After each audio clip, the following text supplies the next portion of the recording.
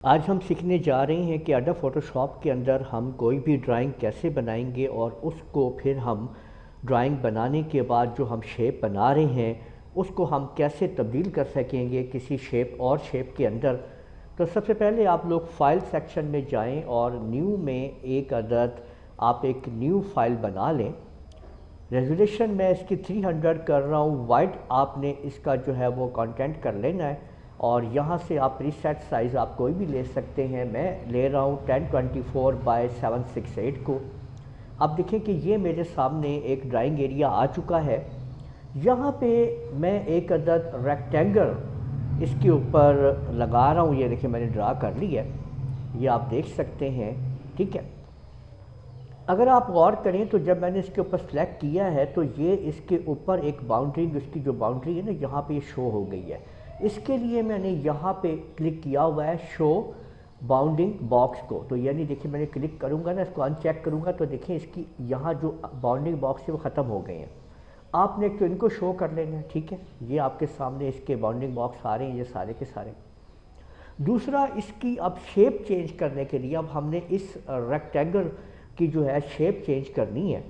ठीक है, तो इसको अब हम शेप चेंज कैसे करेंगे, इसके लिए मैंने क्या किया कि ये आप देख सकते हैं, ये आपके सामने ऐड एंकर पॉइंट्स वगैरह हैं।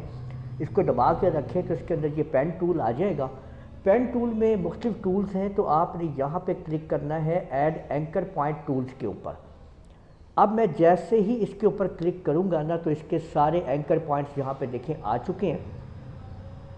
अगर मैं इसको यहाँ से अंदर की लाना चाहता हूँ तो मैं यहाँ से क्लिक करके इसको थोड़ा ऐसे एडजस्ट करूँगा।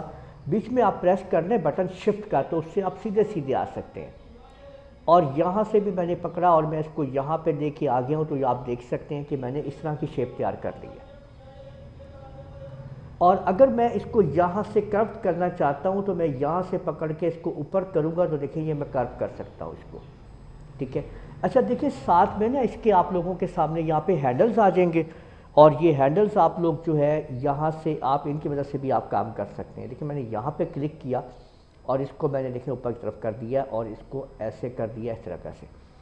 तो आप लोग देख सकते हैं कि ये इस तरह से मैंने एक शेप जो है वो तैयार कर ली है। ठीक है, तो किसी किस्म की भी आप शेप जो है वो इसमें तब्दील कर सकते हैं। देखिए मैं एक रेक्टेंगल और लगाता हूँ यहाँ पे, ये देखें ये मैंने इसको लगा दी है, ये आपके सामने। ठीक है ना, और अब हम यहाँ पे दोबारा इसी पेन टूल के ऊपर आके ऐड करते हैं एंकर पॉइंट को। ठीक है, और मैं यहाँ से इसको क्लिक करता हूँ तो ये देखें मैंने यहाँ पे एक एंकर पॉइंट ऐड कर लिया है। अगर आप गौर करें तो यहाँ पे एक एंकर पॉइंट यहाँ पे भी है, लेकिन इसको आप देखिए मैं इस तरीके से कर रहा हूँ और यहाँ से इसको मैं ऊपर की तरफ ले जाता हूँ इस तरीके से, तो ये एक एंकर पॉइंट यहाँ पे इस तरह से बन गया। अच्छा, इसको मैं अगर यहाँ से डिलीट कर दूंगा ना तो वो बीच में वो एंकर पॉइंट डिलीट हो चुका है देखें। और यहाँ पे मैंने देखें दोबारा क्लिक किया है यहाँ पे और इसको मैं अंदर की तरफ ले जाता हूँ यहाँ से, ये देखें। और यहाँ से मैं इसके जो हैंडल हैं इनसे मैं मज़ीद शेप को तब्दील कर सकता हूँ। कहीं पे भी मैं जाके एंकर पॉइंट को दे के कोई शेप जो है वो मैं क्रिएट कर सकता हूँ। यहाँ पे आप लोग देख लीजिए।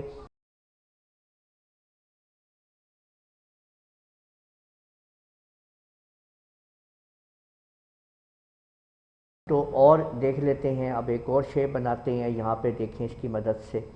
और यहाँ पे हमने यही ऐड एंकर पॉइंट लेते हैं और यहाँ पे देखिए मैंने क्लिक किया और देखें इसको मैंने नीचे कर दिया जी। यहाँ पे क्लिक किया, इसको मैंने इधर कर दिया जी। यहाँ पे क्लिक किया और इसको मैंने अंदर की तरफ कर दिया जी। तो जिस तरह का आप चाहें आप शेप बना के उसके ऊपर काम कर सकते हैं। तो इस तरह से आप लोग एडोब फोटोशॉप के अंदर शेप बनाते हैं और उसकी शेप को आप लोग आसानी से चेंज कर सकते हैं किसी भी तरह से। तो उम्मीद है आप लोगों को समझ आ गई होगी कि कोई भी शेप आप लोग जो बनाते हैं एडोब फोटोशॉप में उसकी शेप को कैसे चेंज कर सकते हैं। इस वीडियो को आप लोग लाइक कीजिए, शेयर कीजिए, कमेंट करना ना भूलिएगा। और अगर आप लोगों ने अभी तक मेरा चैनल सब्सक्राइब कर लीजिए, साथ ही बेल आइकन को भी क्लिक कर दिया करें ताकि आप लोगों को आने वाली मेरी तमाम वीडियोज़ बर वक्त मिल सकें। इजाज़त दीजिएगा, अल्लाह हाफिज़।